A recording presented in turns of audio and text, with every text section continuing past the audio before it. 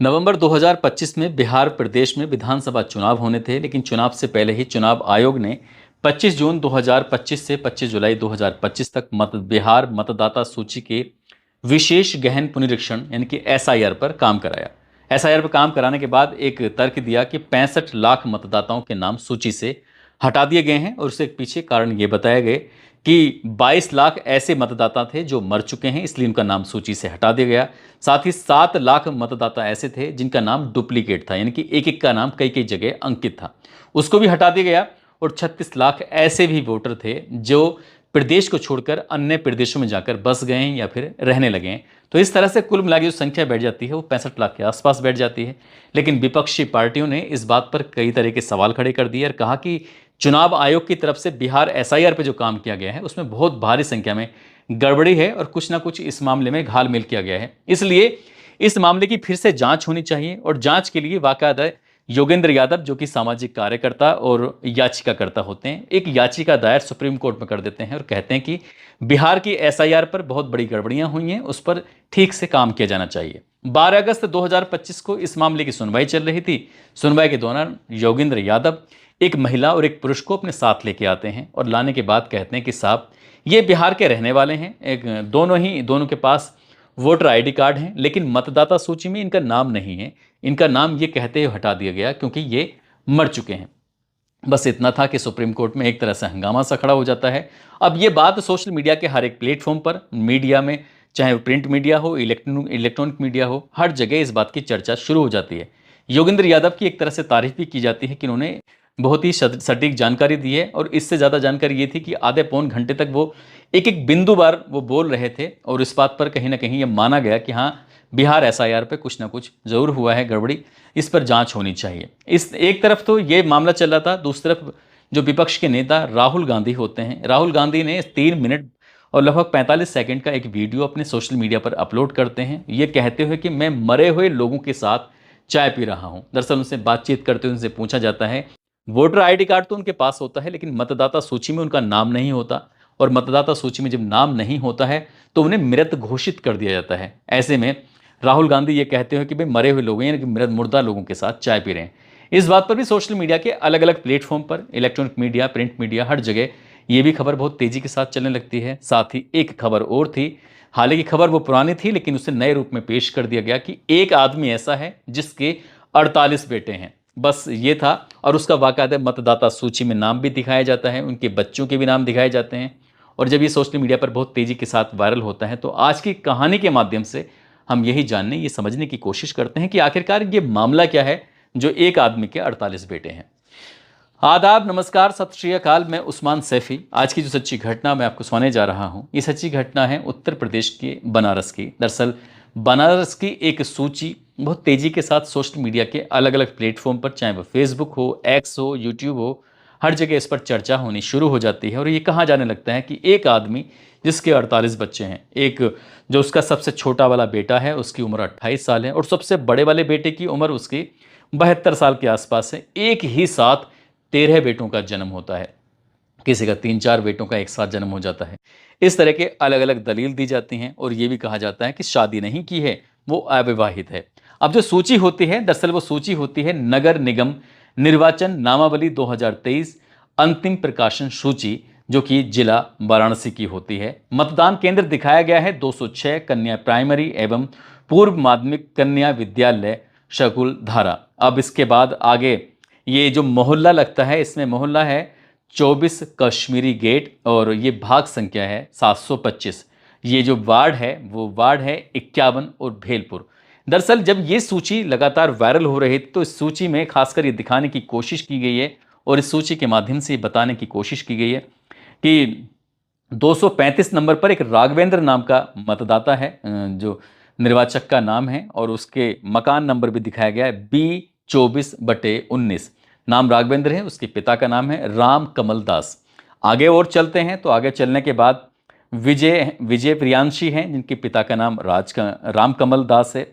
और ऐसे पुरुषोत्तम दास हो, या दीनदयाल हो, दामोदर हो, योगेश हो, सुरेंद्र हो, राम भरत हो, रविंद्र भारद्वाज हो, महेश हो, इसी तरह से जो अलग अलग नाम थे, लेकिन पिता का नाम एक ही है, राम कमल दास।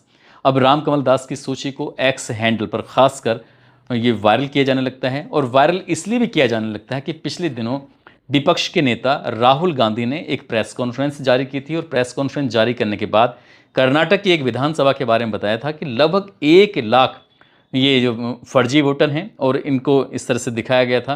उन्होंने ये भी बताने की कोशिश की कि एक एक पते पर 80-80 मतदाता रह रहे हैं। जब वहाँ जाकर देखते हैं तो वहाँ पर से एक सिंगल आदमी मिलता है, वो भी डिलीवरी बॉय होता है।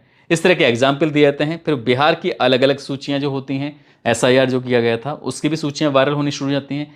जिंदा लोगों को मृत घोषित कर दिया जाता है। अब ऐसी स्थिति में इस वाली सूची पर सवाल उठना तय था, क्योंकि सवाल उठने वाली बात थी कि भारत के जो प्रधानमंत्री हैं नरेंद्र मोदी, उनका संसदीय क्षेत्र बनारस है, और बनारस की ये सूची अगर वायरल होती है तो तमाम तरह के सवाल विपक्ष ने उठाना शुरू कर दिया। जैसे विपक्ष ने सवाल उठाना शुरू कर दिया, वैसे सोशल मीडिया के अलग अलग प्लेटफॉर्म पर वीडियो बनानी शुरू कर दी। इसके ऊपर कुछ लोगों ने तो हंसी मजाक बनाना भी शुरू कर दिया कि आखिरकार ऐसा कैसे हो सकता है कि एक व्यक्ति है और उसके 50 बच्चे हैं। दरअसल रामकमल दास जो हैं वो कथावाचक हैं, और उन्होंने ये दावा किया कि ये उनके शिष्य हैं। जब हमने इस बारे में जानकारी जुटाने की कोशिश की तो ये पता चलता है कि उत्तर प्रदेश राज्य निर्वाचन आयोग की जो वेबसाइट को जो हमने देखा तो उसमें वेबसाइट में शेयर की गई वाराणसी नगर निगम 2023 की चुनाव के दौरान की वार्ड संख्या 51 भेलूपुर की मतदाता सूची में B24/19 के जो पते पर कुल मतदाता यानी कि 51 मतदाताओं के नाम दर्ज किए गए हैं।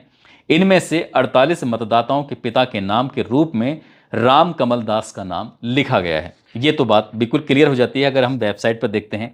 लेकिन इसके अंदर की जब बात देखने की कोशिश की जाती है तो ये पता चलता है कि राज्य निर्वाचन आयोग ने एक्स पर एक सफाई पेश की कि रामकमल दास को 48 मतदाताओं के पिता के रूप में दिखाने की वायरल सूची के संबंध में उत्तर प्रदेश के मुख्य निर्वाचन अधिकारी का 12 मार्च 2025 को एक स्पष्टीकरण पोस्ट लिखा गया था, और इसमें बताने की ये कोशिश की गई थी कि धार्मिक मठ या आश्रम के मामले में इसमें रहने वाले व्यक्तियों या सन्यासियों की पहचान उनके पिता के बजाय उनके गुरु के नाम से की जाती है। साथ ही अगर नियम अगर देखा जाए, जो गाइडलाइन है वो गाइडलाइन कहती है कि राज्य निर्वाचन आयोग की गाइडलाइन 2022 के मुताबिक निर्वाचकों के नाम और उनके विवरण संबंधी निर्देश बिंदु 6 में स्पष्ट है कि किसी भी धार्मिक संघ से संबंधित साथी, मठवासी और मठवासिनी जैसे व्यक्तियों के मामले में जो अपने पिता या माता का नाम नहीं देना चाहते हों, वह गुरु धार्मिक संस्थान का नाम ही दे दें, यह पर्याप्त होगा। इसी नियमावली के तहत सभी का मतदाता पहचान पत्र बनवाया गया था। अब इसके बाद और आगे जब चला जाता है तो दैनिक भास्कर की टीम जब स्वामी रामकमल दास के सेक्रेटरी राम भरत से बातचीत करती हैं तो वो बताते हैं कि लिस्ट कुछ हद तक सही कही जा सकती है, क्योंकि स्वामी जी जीवन भर अविवाहित रहे हैं, लेकिन उनके आश्रम में गुरु और शिष्य का जो गुरु शिष्य परंपरा का पालन होता है। उन्होंने कहा कि कानून में यह भी व्यवस्था है, इसके तहत आश्रम में रहने वाले सभी शिष्य अपने गुरु को पिता तुल्य मानते हैं। विभिन्न आधिकारिक दस्तावेजों में पिता के स्थान पर गुरु का नाम दर्ज कराते हैं। यही कारण है कि मतदाता सूची में पिता के नाम के स्थान पर स्वामी जी के नाम अंकित है। अब आगे जब लगातार सोशल मीडिया पर वीडियो बनने लगती हैं, तमाम तरह के सवाल उठाए जाने लगते हैं, कथावाचक को लेकर तमाम तरह की भ्रांतियां फैलाई जाने लगती हैं, कई तरह की बातें की जाने लगती हैं कि आखिरकार ऐसा कैसे हो सकता है कि जब भी कभी किसी मतदाता का नाम जुड़ता है तो उसके लिए कुछ दस्तावेज दिए जाते हैं, और दस्तावेज कुछ ना कुछ तो दिए गए होंगे, तो आखिरकार एक व्यक्ति के इतने सारे बच्चे कैसे हो सकते हैं, क्या दिखाने की कोशिश की गई है। क्योंकि इससे पहले शायद ये मामला कभी संज्ञान में नहीं आया था, तो कुछ लोगों के लिए ये बड़ी बात थी, नई बात थी, और नई बात थी तो नए तरह के सवाल थे। अब जब नए तरह के सवाल होते हैं तो वीडियो बनाना शुरू कर दिया जाता है, जानकारी देना शुरू कर दिया जाता है। अब इसमें यह दावा किया जाता है कि अखिल भारतीय संत समिति के महामंत्री स्वामी जितेंद्र आनंद सरस्वती ने बताया, उत्तराधिकारी अधिनियम के तहत गुरु शिष्य संबंध में शिष्य को बेटे के समान दर्जा प्राप्त है। यदि गुरु किसी स्थान के मतदाता हैं, शिष्य भी वहीं रहते हैं, तो वे उसी पते और पिता के नाम के आधार पर मतदाता सूची में दर्ज हो सकते हैं। कुछ YouTube चैनल वाले सनातन संस्कृति का मजाक उड़ा रहे हैं। मैं चुनाव आयोग से मिलकर उन सभी की शिकायत करूंगा, जल्द ही उन पर FIR भी कराऊंगा। क्योंकि हम साधु संत यह अपमान किसी भी कीमत पर बर्दाश्त नहीं कर सकते। इस तरह की जब बात होती है तो वाकई सोशल मीडिया पर अगर इस तरह की अगर पोस्ट देखी जाएगी राम कमल दास जी के नाम से, तो आपको सैकड़ों की संख्या में इस तरह की पोस्ट मिल जाएंगी और वाकायदा उनके उपहास उड़ाया गया है। अब ये बात उपहास वाली है नहीं है क्या नहीं, इस पर विपक्ष ने भी कई तरह के सवाल हालांकि पता किए नहीं किए, लेकिन वीडियो के माध्यम से एक्स पर जो लोगों ने सवाल उठाने शुरू किए हैं, तो फिर जब कमेंटों में आप पढ़ना शुरू करेंगे तो कमेंट में लोगों ने फिर जब कमेंट करना शुरू किया है तो उसमें कुछ पक्ष में भी उतरते हैं, कुछ विपक्ष में भी उतरते हैं। विपक्ष वाले कहते हैं कि एक साथ ऐसे इतने सारे लोगों के नाम कैसे दर्ज हो सकते हैं, इसी तरह के सवाल थे। हालांकि पहले भी उत्तर प्रदेश निर्वाचन आयोग ने इस मामले में कई बार सफाई देने की कोशिश की है, लेकिन सोशल मीडिया की बात ही कुछ अलग होती है, क्योंकि सोशल मीडिया पर कब कौन सी चीज किस रूप में वायरल हो जाए इस बारे में कुछ नहीं कह सकते। यही कारण है कि जब बिहार की मतदाता सूची को लेकर जब सवाल उठ रहे थे, तब उत्तर प्रदेश के बनारस की इस निर्वाचन जो मतदाता सूची होती है उसका एक अंश वो वायरल होना शुरू हो जाता है और इस पर सवाल खड़े हो जाते हैं। हमने जो आपको बताने की कोशिश की गई है, तो यही जो जानकारी हमने जुटाई थी वही हमने आपको बताया है, अपनी तरफ से इसमें कुछ भी नहीं है। दोस्तों, इस पूरे घटनाक्रम को, पूरी बात को बताने का उद्देश्य किसी को परेशान करना नहीं है, किसी का दिल दुखाना नहीं है, बल्कि आपको जागरूक करना है, आपको सचेत करना है। और जाते जाते बस्ती के रहने वाले मलखान जौनपुर से हैं सुजीत नाविक, बिहार से मोहम्मद फरहान, अलीगढ़ से मोहसिन खान, बिहार से रियांश कुमार सैनी, पानीपत से आदेश कुमार, रमेश साहनी, हरदोई से सैफ अख्तर हैं। आज इनका जन्मदिन है। इनको जन्मदिन की ढेरों सारी शुभकामनाएं, बहुत बहुत मुबारकबाद। आप सब लोग अपना ख्याल रखें, सुरक्षित रहें। जय हिंद, जय भारत।